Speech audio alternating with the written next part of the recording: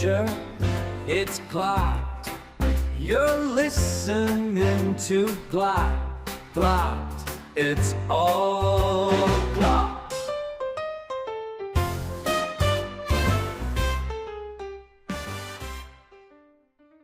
This episode is produced by Fleishix Magazine and Kosherdotcom. Kosherdotcom is the premier source for kosher content online. You could get recipes, videos, entertainment, and just even travel articles. We've posted a few really good ones. So you can find that all on Kosher.com. And visit Fleishix.com. Fleishix is a kosher food and travel publication published by Shifra and myself, Shlomo Klein. And it comes out every month. Check us out on Fleishix.com. And I think we have a code for the listeners. Glatt. I'm used to saying readers because we do Fleishix Magazine, which people read. What is the code that people could use to subscribe to Fleishix? The code is Glatt, that's Glatt, all uppercase, and that gets you 18% off your subscription. And it gets mailed to you once a month. An issue comes out once a month. It's really cool. And it comes out around Yom Tov. Makes a great gift. Yeah, we do other topics like the restaurant issue and Jewish comfort food, back to school type of things. It's really great. Sign up for yourself or give a gift. Remember, you give a gift, people are going to get this every month. It's the gift that keeps them giving. And remember that you got them this gift. This product is actually so cool, especially for this episode, because we're talking about the state of kosher. And what I love about this product is it really epitomizes this trend of just like trendy items, like everybody's obsessed with dates, but this one is pitted and it is so still soft. You know, sometimes when they pit the date, it dries out. And this one was phenomenal. And it tasted delicious. I really enjoyed it. It's a really great product, and it's from the new brand Believes, which is all about perfectly checked, highest standard of kosher items. They also have a full line of frozen items, like you could get in the freezer, like frozen vegetables. But their dates are something that we are really enjoying. Under the hashgacha of the Badat Yerushalayim. I was going to say among other hashgachas, by the way. That's true. Yeah. And kosher Super kosher and gluten-free. We know how to read a label. Okay, welcome back. We're actually in middle of shooting the Pesach issue. And we took a break to chat with Chef Isaac about the state of kosher today. Took a break. I mean, whenever Isaac's around, the conversation is always that's pretty true. Awesome. We usually get some real gems. And we figured it would just be like the right opportunity, chaperine. I mean, it smells amazing in here. And the recipes and the techniques that we're learning today is incredible. So I'm excited to share it and to have it come up in the upcoming issue of Fleishix. It's going to be in the Pesach issue. But in the meantime, Chef Isaac has been in the world of kosher for what would you say, 20 years? Give or take. Give or take. That long? Yeah. Wow. So, and not just for the amount of time. I think what's interesting is that you've been working or involved in different facets of the kosher industry, from like private chef work at Epic Bites in California, but Northern California, not like LA area, to working in restaurants, opening restaurants, and then doing culinary director positions in various different places. So you really have a great inside look in the world of kosher. Your experience here in the city with some of the chefs, was that before California? Was that before Epic Bites? After. Yeah, I guess we could go back in time. When did you get started? How old were you when you entered the food industry? I mean, growing up in a suburb where you had to have like a job at some point to be able to buy. We're not saying which suburb. You had to get a job. So where you're getting a job at 17, 16, it's going to be in something food related. So it usually starts with being like a waiter, like a Shabbos waiter. That's like you can start even younger, get like $90 a Shabbos, I wonder what it's like today with inflation. Yeah, probably the same $90. Okay.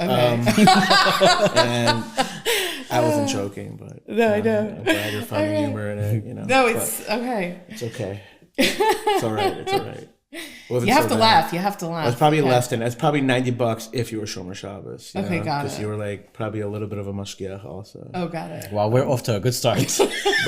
but if you did a really good job, maybe you became like the chef, I never made it to that level, but that's when you got to take the food out of the warmer and like That's the chef. and like stir it up a little bit, like make sure, like chunk was extra, just like well distributed. Maybe the kishka had to be sliced, Okay. and then you had to put, and then I don't know what that number was. I never got there. I was always wondering where you got your kishka slicing skills from.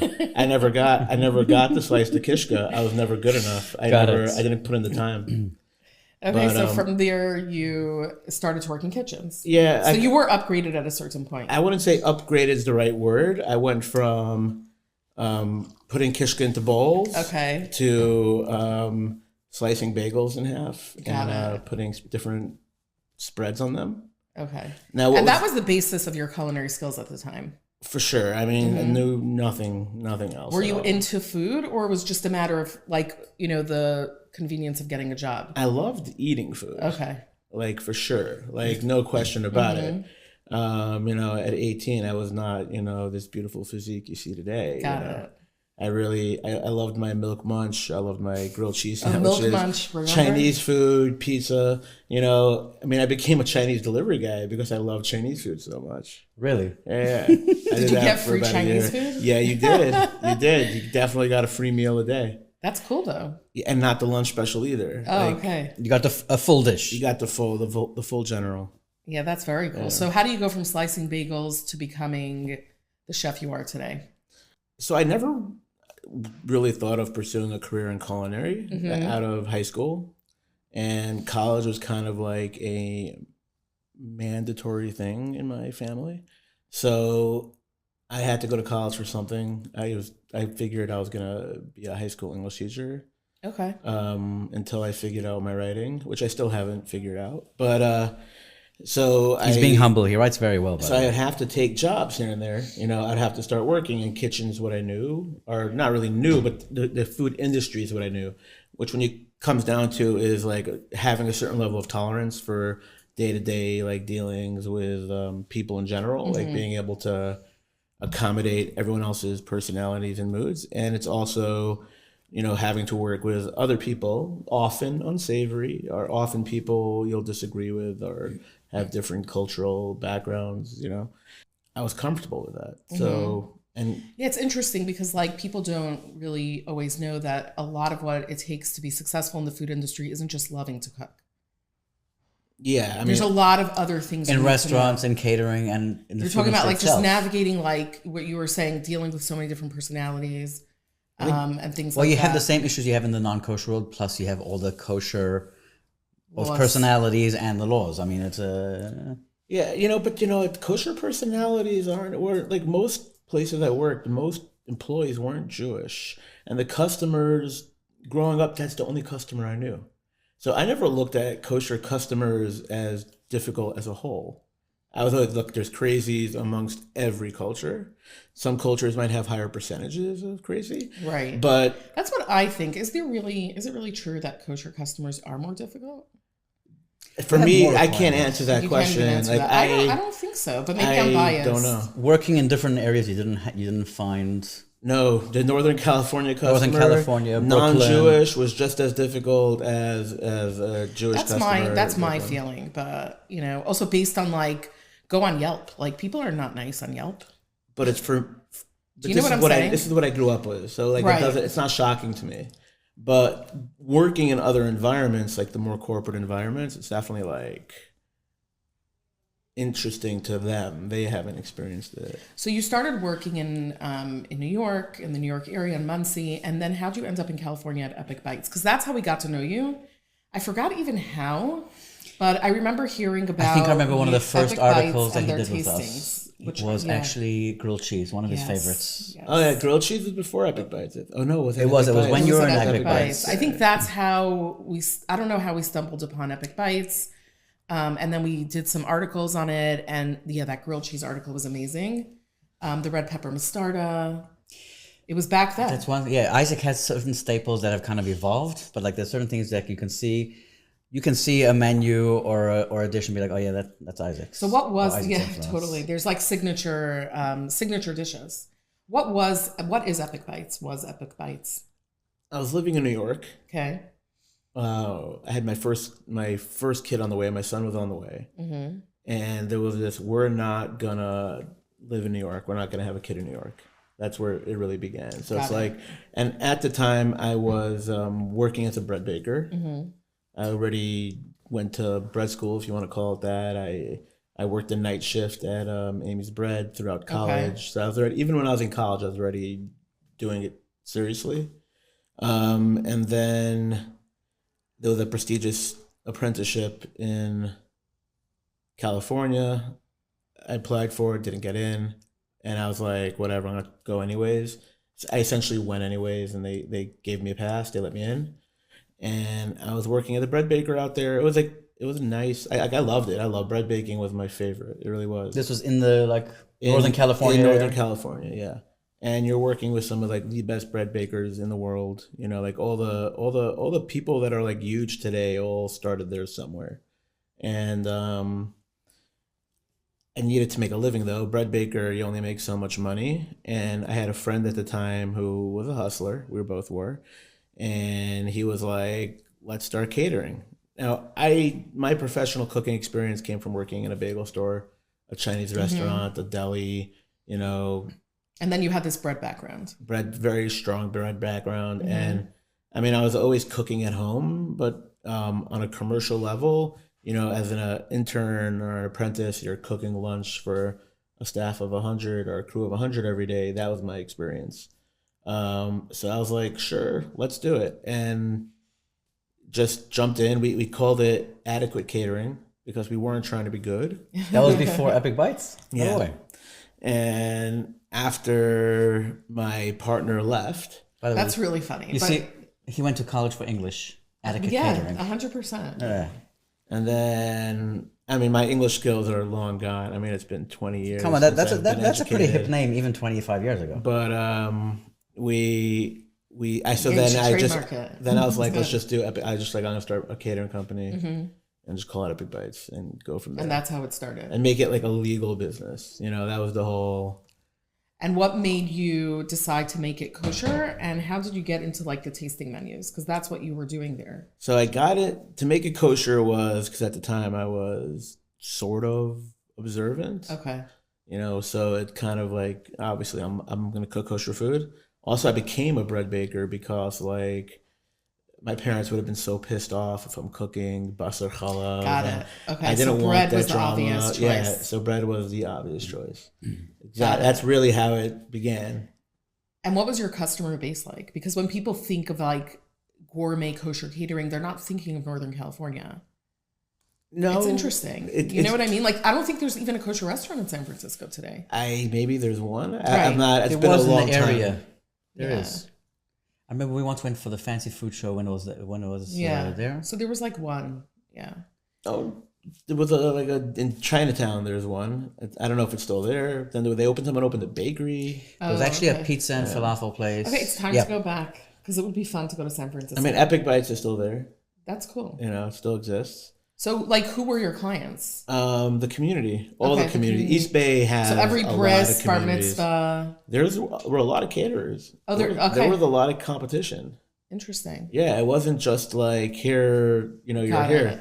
Now, I didn't care that much about making I was like not like money minded or trying to build anything great. I just wanted to enjoy going to work every day. Got it. And eventually, as I'm doing this day-to-day catering, you know, pushing boundaries, reading cookbooks, just, you know, trying to evolve and do better. And we just started doing tasting dinners as shul events, like for fundraisers, you know, like cool. auctions. Yeah. And then from there, it just kind of like, I got very intertwined with like the kosher wine industry. Like a lot of my friends are winemakers, and we just started doing these dinners. And eventually the New York crowd found out about it. And then, Those were the Facebook days, by the way. Is that what it was? It was. and Yes. we'd go on these tours. We would fly out to New York and do like a week of dinners and then fly back. Oh, really? Yeah. This was Wow. This was before the our place dinners. Yeah. This was before before the that. Our Place dinners. This is yeah. like 2010, 2011. I don't right? know. I think so. It's like the early days of potato. I remember we went to one of the first ones that he did for, I think it was our place with pomegranates. That was the first one with Our Place. That was around 2011. So he was doing before. Oh, so it was even earlier. But that was incredible, just to give people an idea. I mean, you were talking, I remember this is in New York. I'm skipping a little bit, but I think that was a 25-course dinner. Yeah. You had 50 people. You had 25 waiters, because each waiter came in with 2 plates, and everyone had to get their plate at the same time. Yeah. And it was just fascinating to watch. We didn't even get to the food yet, but it was like, no, the food was what beyond. a production. But like, it's so interesting because then at the time, like when you were starting with the tastings, we were so excited about it. And like the thought was that like, perhaps this is the future of kosher. Like tasting menus, chefs coming to do this, maybe a restaurant that does it. We never got to that place, which is interesting. What about a tasting menu doesn't translate to do, let's say, like in a restaurant format or something like that? I mean, you've had restaurants that have tried it and they kind of stop it. I don't know what doesn't work about it. I know it doesn't work from a service standpoint. Got it. And from like a, financial standpoint, you want to make revenue. Selling a $300 difficult to plate, dishes, meals might not translate to a lot of profitability. But people are spending that today in restaurants. They are, but they're in control of the experience. Like we're not ready to give up the control. I mean, because you do have that in the non-kosher world. Like you have these Michelin star restaurants that are doing tasting menus. Chef tasting. Right? Yeah, but to a certain culture of dining when you're going to like a Michelin star restaurant, there's like the beverage service, like the level of detail and availability. Got it. Even kosher wines, how expensive can you go?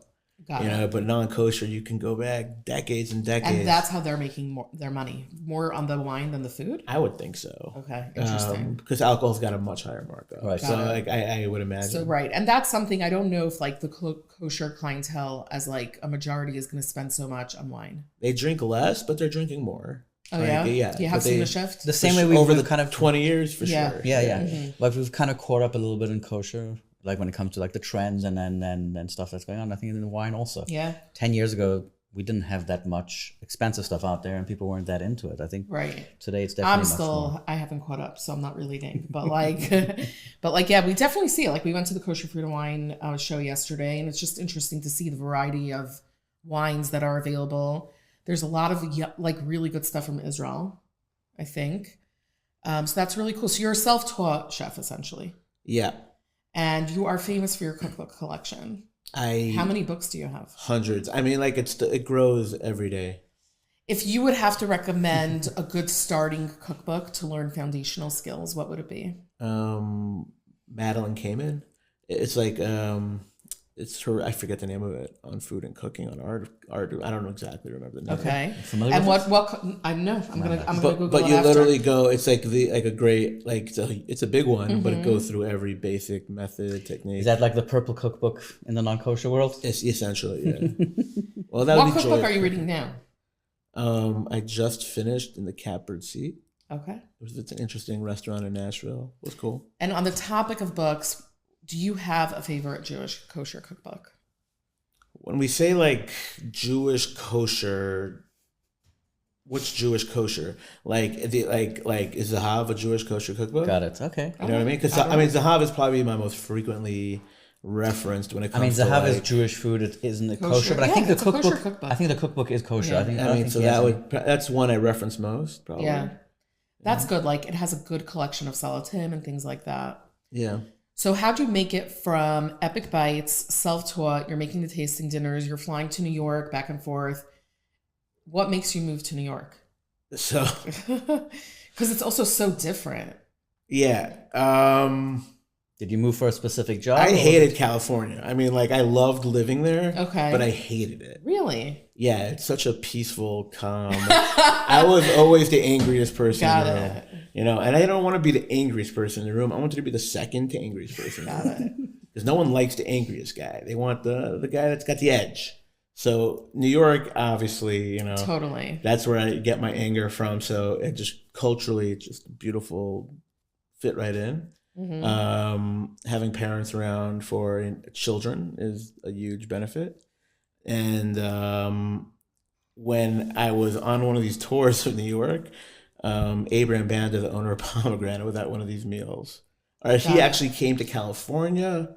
I don't know the whole story, but it was he like recruited you? or he Yeah. was okay? Yeah, and cool. someone mentioned me to him, and that's how I ultimately ended up moving out here. Yeah, and once I was back out here, I wasn't going back. Right, New York is the place for you. Yeah, and for better, for worse.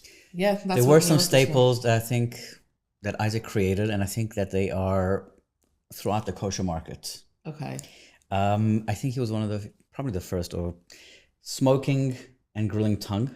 I've noticed a lot of places doing it now, and I really think that you were the one who started that. I don't know. You don't think so? I mean, like people have been growing. It's Listen, like a Japanese technique they've been doing In forever. the kosher market, though.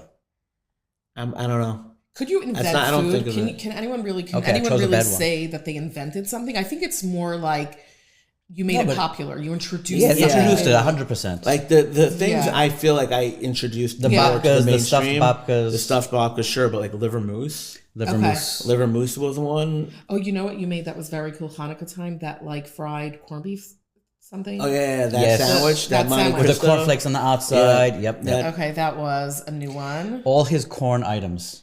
Right. Definitely cooking with a lot of Corn corn. fritters, Yeah. corn pudding. puddings, corn, yeah. Yeah, we actually featured the corn kugel or corn pudding recipe in the magazine. It's really good. I mean, We make it a lot. I It's was so introduced to corn kugel, Okay. corn pudding, while I lived in California. Actually. Oh, yeah? At a Shabbos meal, they called it corn kugel. Corn cookies. That got me. That's where I was like immediately like into it. Yeah, I think Susie Fishbein has a corn kugel recipe in one of her books. Yeah. But your version is like really, really good. It's like a lot of layers of flavor. There's like sauteed scallions. It's really good, but that's a side point. I'm remembering So- some of his dishes, and it's like interesting to see. Like now, I've seen you can buy ready, like for the home cook, frozen like pastrami bites. Pastrami wrapped in like mashed potato and then like battered. Yeah.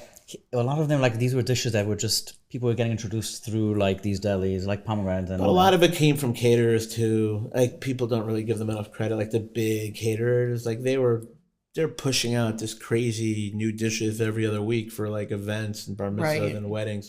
This episode is brought to you by Geffen's new hot honey. Shifra, what would you use hot honey for? It's a super trendy item, and it's so nice that now Geffen has just come out with their version of it. It's really good drizzled over, let's say, think about a meat pizza, roasted chicken, fish. It's that finishing sauce that's just so good because you have the sweet, slightly acidic, spicy flavor of hot sauce. It's really, really good. Like I like sweet and savory. This is like the new sweet and savory. It used to be like, salt and sugar to get that like bring out the sweetness. Actually, it says pizza, burgers, fries, wings. Oh, very cool. Ribs, dressing, ice cream. Yeah, very nice It says label. ice cream, seriously, very cute. All right, so pick up Geffen's new hot honey. Try it out. Let us know what you think. This episode is brought to you by Ben's Best Charcuterie. So they're available online. You can go to their website and actually order the charcuterie throughout the United States because they are officially USDA certified charcuterie, which isn't easy to get.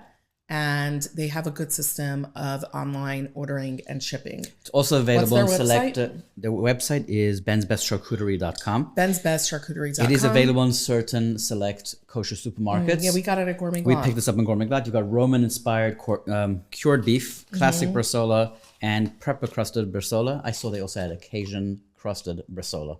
And besides for charcuterie platters, there are so many fun things you can do with charcuterie.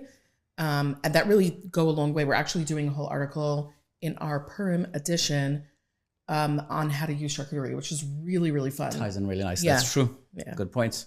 So check out bensbestcharcuterie.com or pick it up in your local kosher supermarket. Do you think that you could see a lot of the trends and what's popular by going to these popular caterers?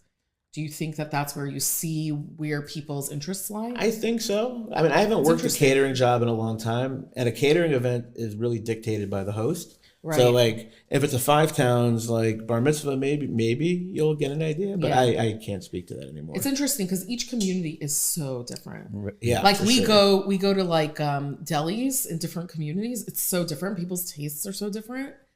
So it's very, very interesting.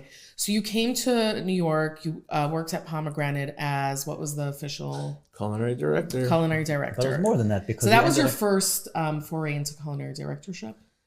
Yeah, I mean, to this day, I don't know what a culinary director is, There you does, or is supposed to do. I've checked. You did it. I've checked online. You end up doing a lot more management. My roles have, unfortunately, I hate management, but it's something I always get stuck with. But Right. at the end of the day, it's just I have a willingness to do whatever it is I have to do to just, I guess, get the job done. I know it doesn't sound glamorous, but like when you get all the not wonderful jobs done, quickly, Yeah. that leaves a lot more time for the fun stuff, So I always tended to be like, oh, we have to completely rip apart the department and replace everybody and change everything. Great. I know I'm going to get stuck dealing with it anyways. I'm just going to do it, get it over with. And now let's do something good. I think though the food industry is like probably like in percentage wise, what's the glamorous part and what's like the annoying part? It's really what you make of it. So like, if you're dealing What with is the glamorous part? if you're dealing with the difficult stuff right away, Yeah. and it really sucks, you can get like 90% like glamorous. Really? Yeah, but that 10% is brutal.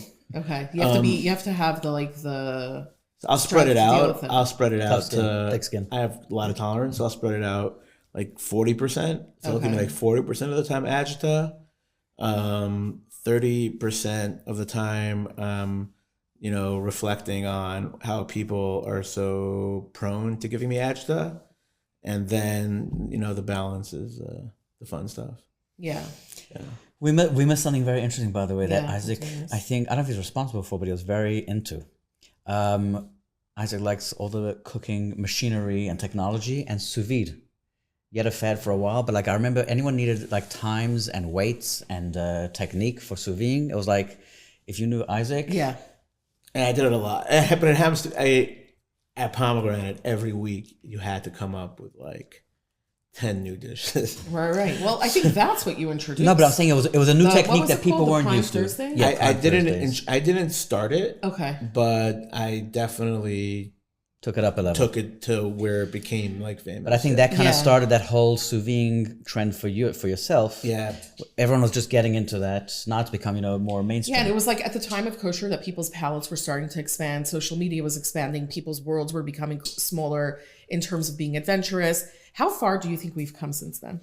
I think the home cooks have come incredibly far. I think restaurants have Plateaued? no, because plateaued's not the right word. Plateaued has like a negative context to it. Okay. The reality is there are kosher restaurants that offer tasting menus out there. There are, like I see them on Instagram. I Yeah. don't know what's real, what's not, but they're out there. And just like if you're a non-kosher consumer, let's pretend you're the non-kosher consumer and you're on social media, you're not being hit with 3 Michelin star restaurants unless you're looking for them. So that's like, let's say a tiny percentage of non-kosher diners, right? So kosher diners probably have a similar percentage, let's say, or even if it's 3 times the size of the non-kosher percentage. We're such a small group of people that would pay that money for that experience. I don't know how sustainable that is. Tasting menu. Mm-hmm. That's a tasting menu is not a regular tasting person. menu or these restaurants that do the really unique, And that's interesting dishes, but so many components. you're submissive to the chef. You're giving submission, full submission. And in the kosher world, that's something that you're even more like you're least likely to find. So besides the fact that you have a much smaller amount of people, you also we're a pretty strong, defiant, independent culture. Right. So that's probably doesn't help with the tasting menu concept. But steakhouses, I get it, I'm biased. I work for a classic sushi steakhouse, but sushi steakhouses are successful because people want them. So when you look at a restaurant, or when I look at the restaurant, I have a boss. I have owners that tell me what they want to see. And, the owners are listening to the customer, and that's what the customer wants. And then where's my room as, let's call it the culinary director, the chef? Where am I able to change the landscape a little bit or educate is taking what they want and putting a subtle twist on it and slowly moving your clientele into the direction of food that you feel strongly about. But that's something that requires understanding them, because you can't improve on someone's. It's a balance. It's not even improving. You can't introduce someone to something know your new customer. if you don't know them. Yeah. So I can put out a million tartares with black garlic at the end of the day. But at the end of the day, it's got to be something they want to eat. and it's got to be delicious. Yeah, you can't It's got to fight be it. delicious. And I think the question really to ask is, have we plateaued in kosher? Or I think the question is, are we focusing on the right things? And are we focusing on, is the food really good? Right. Because like I always think about Israel, because you were talking about the amount of people, but that's why I think Israel has a more culinary diverse landscape for the kosher consumer, because there's more kosher people. Absolutely. So you just have so much more there. And it's good food. And it's really unique. Yeah, it's good food. Versus like here, you're not getting like, you can't get like Thai food, Vietnamese food. In LA, you can. Yeah, LA. Yeah. Yeah.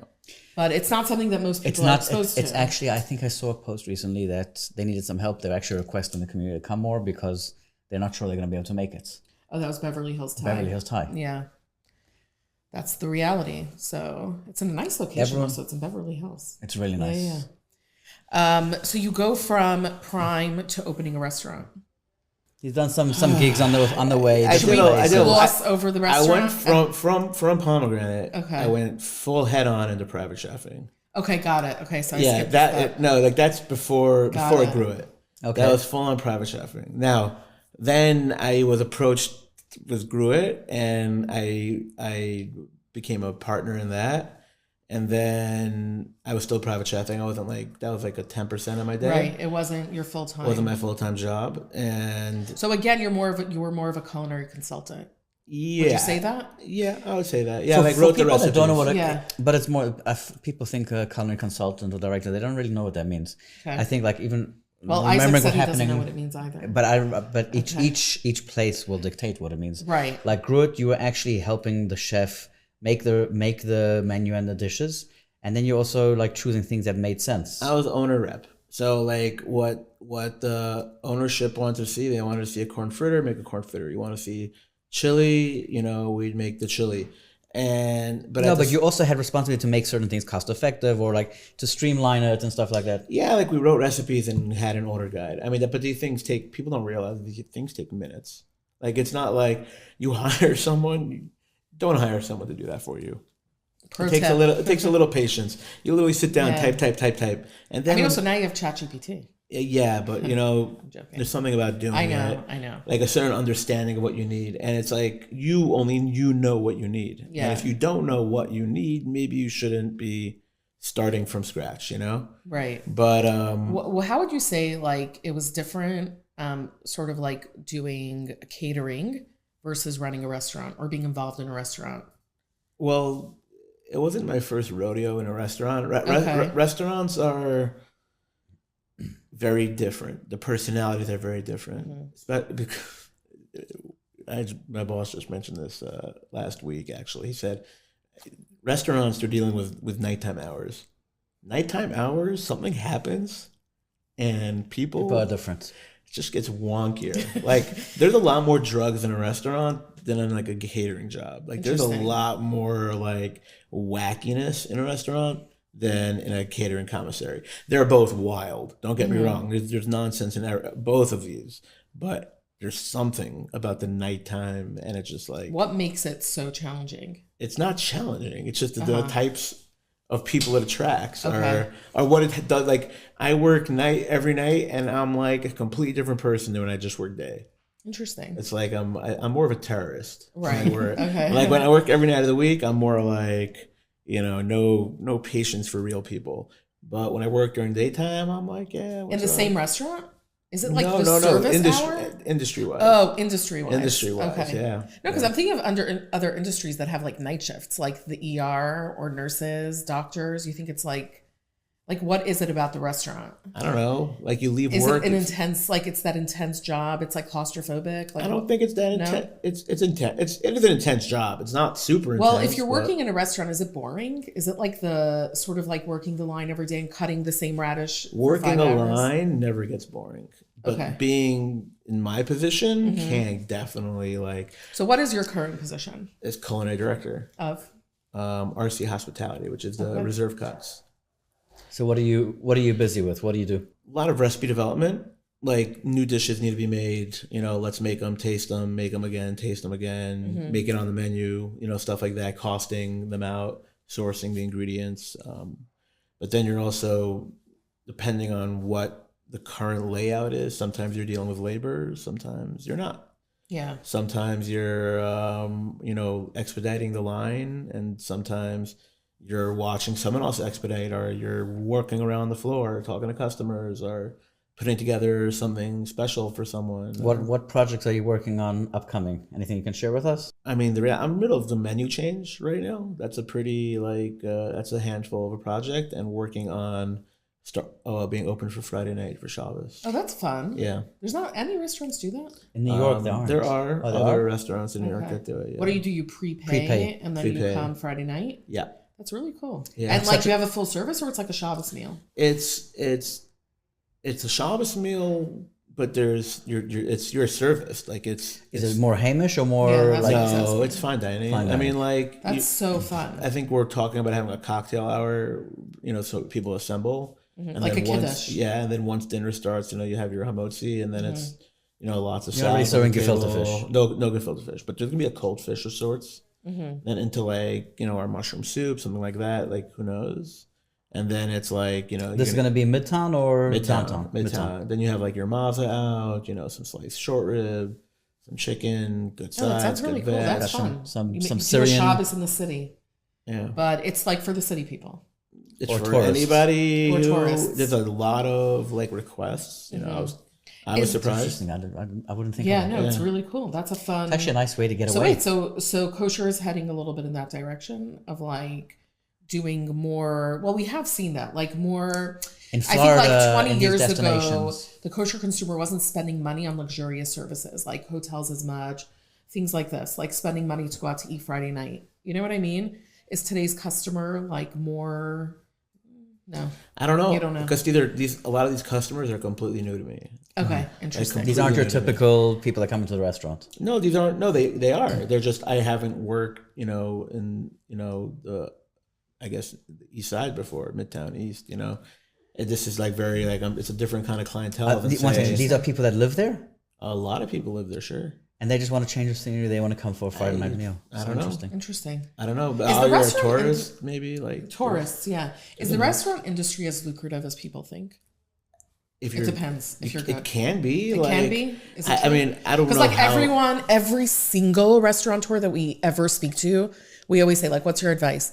Don't get into the restaurant business." Then why are they everyone in says it? that? I don't know. They That's know, what I'm not saying. only why they know, then you'll see the next week they're opening a new place.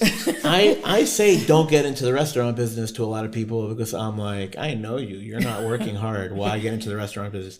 Like you don't want to work like a dog. Stay out. Okay, so that's what it is. So at the end of the day, So I it could be enjoy lucrative. it. You have to work really hard. Yeah, I enjoy that kind of work. Right. I enjoy, getting a little that survival instinct kicking in, like for 20 minutes a day. That keeps you young, like that rush of like getting things done, making it happen. Mm-hmm. Yeah. And obviously, I want it to be organized and I want it to be easy. But at the end of the day, no matter how organized we are, no matter how efficient we are, there's always issues in the restaurant business. What's like the latest, like most intense issue you've had in the past month? These things are just I don't can't Doesn't share? want to talk about it. Oh, okay. yeah, I don't want to upset. What's the most anyone. exciting thing that happened last month in the kosher? It's also the most aggravating. Okay, offline. Okay, and back to the kosher food trends and quality and stuff. Are you finding like better, like all the wagyu and all these gourmet items and stuff? I know you're familiar with the market and stuff. Like, have you seen? Are we catching up? Are we getting there?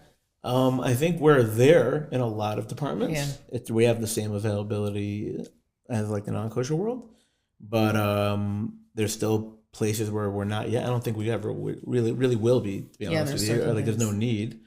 The world of condiments, like luxury condiments, there's hardly anything out there. Like what? Kosher. Like different mustardas, different like all the things you used to find in like supermarkets, like pomegranate in jars. You know what we Even still have like in our logistically, fridge? like caviar. People are obsessed with caviar. Well, we can't even have it because it's not kosher. So how far could you go with that? You can go pretty far with salmon and trout. Oh, and you smoked could? trout, yeah. Yeah. We still have in our fridge something. I don't think one of caviar is very Isaac's- popular. What do Yeah, we still caviar. have? We have one of Isaac's condiments. I think it's a banana, some kind of banana It's mustard. probably spoiled at this point. You know, it probably is. We find a lot of stuff like that. Like you have chili crisp, which is nice. Like Yeah, that, chili that crisp that's is nice. starting. Yeah. I mean, I don't know why it's not blowing up. I really don't know why it's not blowing up, to be honest with you. But chili crisp, I mean, you said it before. Chili crisp in the Hamish market is not really chili crisp. Well, I but mean, I there think is- there 50% is of the that. population can handle spice. Even the non-spicy ones. The non-spicy ones. I'm like baffled It's by so it. good because Yeah. it's so good. I am baffled by that. Yeah. But like Maybe. aged balsamic is not something you can get currently. Right. I heard it's in the Maybe works. Toscanini but is making one it. day I was Yeah. told. You know. Yeah, they're working on it. Well, we really could talk for hours, but soon the roast is going to burn. Right? How much longer do we have? We're cooking meat for Pesach. We have time till it Okay, burns. but before we even sign off, we had to get your grilled cheese recipe. Oh, which You know, one? I'm gonna be honest. No, I the haven't classic. made- The classic. The I haven't classic. made grilled cheese. No, in a I'll tell you long what's time. interesting We about know. it, because when we ask you, like, when people ask the chef what's their favorite thing to eat, I'm skipping 100 steps because we've had this conversation. But like when people ask the chef what's your favorite thing to eat, the least expected answer is grilled cheese. But even more so, your grilled cheese is like the least expected favorite thing, but it's so good. So I think it's fun to share People it. really hate it. I get a lot of hate for it. Let's go. Come on. But We've done this before. These days I don't do this, but the truth is I should. Yeah. I should. And the truth is, in the article, it's way off. Like the actual, the real truth of it is, it's either white bread or rye bread. So it really could go Okay. either way. So let's say we're going with white bread for the sake of this. Take the white bread and you put a slice of American cheese on each side. Now I'm a little bit of an animal, so I take another half of a slice No, you have on each to. side. I do a tiny squirt of Heinz ketchup right in the dead center of that. Then I close I it. think I missed this. Okay? This is the real one. Okay. Then I do, mayonnaise, butter, schmear on the outside. On the outside. Yeah, Very that's important. the secret. A $15 Walmart sandwich maker. You know what I'm talking about? Yes, the Okay. one that makes the triangles. Yes. And Yeah. I do it in there. We call it a snackwich machine. I do it in there. And that is that's like the one I go to. That's your milchig go-to. That really Your is. fleishig go-to. I know what his go-to is in fleishig also. let's- I'm done with hot dogs. No. Yeah. What happened? They just don't do it for me anymore. You serious? For years, Isaac Yeah. loved just a classic, simple hot dog. I overdid it. I Wow. haven't had So a what hot dog is- so in a what's your while. fleishig go-to the item replacement? now? Honestly, You're bored. I'd rather have grilled cheese. I mean, I'd rather have pizza. I'd rather have pizza. Like, I'll order a pie yeah. But the truth is, you're around the stuff so much. Like, I was at an Yeah, event that's this what week, happens. and they had a lot of interesting dishes, and I went back to the Cholent and Kugel 3 times. I can't do any chillin' cocoa anymore. That's fine. I can't. It's all like too heavy. I like a good salami, a little mustard. That I still do. So you're at home late at night, you're hungry, you're making yourself either a grilled cheese or a salami sandwich. I'm on this new thing where I just eat ice cream. Okay. And at 11 o'clock every night, I go to the freezer. And That's Okay. very relatable. I have like 6 flavors, and I just start rotating through them. And I sit there and And you're not really- topping it with anything, straight up. straight up, and I really just reflect on it as I'm eating it. I'm like, huh. You have to try my combo. What's your combo? Peanut butter ice cream with praline sauce. Simple. Maybe. Yeah, Maybe. that's my go-to. Yeah, because Colsave has your favorite peanut butter ice cream. Oh, that's true. Yeah. Which peanut butter? The Pride of the Farm is a really good cholesterol Yeah. ice cream. It has like a peanut butter swirl. It's really good. It's the one benefit to not really being a cholesterol, the ice cream access. Oh, okay. It's a whole nother. It's a whole It's nother a whole different level. Wow. Okay. I'm so sorry. Cheesecake. What's your Yeah. favorite cheesecake? Honestly, I feel like the style of cheesecake. Oh, I know an answer. Huh? Basque. No, You're over that also. I'm over it. Wow, It's like so, we got to revisit a some New of these York things. cheesecake is still like the best of all cheesecakes. But New you York were very cheesecake. into Basque cheesecakes for a while. I still love a good Basque cheesecake. But if I had to go, Actually, you can only choose one cheesecake the rest of your I think life. when we're done here, I think I'm able to actually ask you for a recipe now. I have it. The creme brulee Basque cheesecake. No problem. All yours. Oh, baby. all yours. All yours. Okay, maybe That for was actually something Shavuos, special. that would be cool. That was But really good. a New York cheesecake, New York cheesecake. that density, that creaminess, that Yeah, I do a cheesecake get it. mousse that's really like a no-bake. no, it's a bake. You sous vide actually, or steam it in the oven, See, and it's like a cut. It's decadent. Like I have a cheesecake. I have a what do you mean by cheesecake sous vide book. in the oven? Like you can just wrap it really well in plastic wrap, like And a steam bath. and in a steam bath, and just put But it. it's on not really really well. control. It's not really controlled like a. Oh, you like have to wrap the cheesecake. People are very into like that perfect. Does it give you that perfect top? No, this is for getting like a mousse. It's getting. Oh, yeah. got it. But it. the perfect top, I haven't figured out. Yeah, it doesn't bother me. I don't know. Doesn't bother me Yeah. either. Amazing. Okay, great. We're getting this recipe, and Yes. we'll talk about it for Shavuos. Yes, 100%. Any last words or cooking tips? wow. Yeah. Last words. That was very dramatic. That was terrible. Last words. The roast is burning. The roast. Gotta baste the roast. Okay, we have to go baste the roast. By the way, we have these gorgeous roasts cooking downstairs. Oh my We picked up some gosh, really nice flesh. There's I can't wait. bottles of wine and stuff in there. I can't wait to taste it. Yeah. Yeah. Okay, thank Great. you so We're much gonna for head down. joining and- us. Thank you. Yeah. Thank you. Kosher, it's Glatt. You're listening to Glatt. Glatt, it's all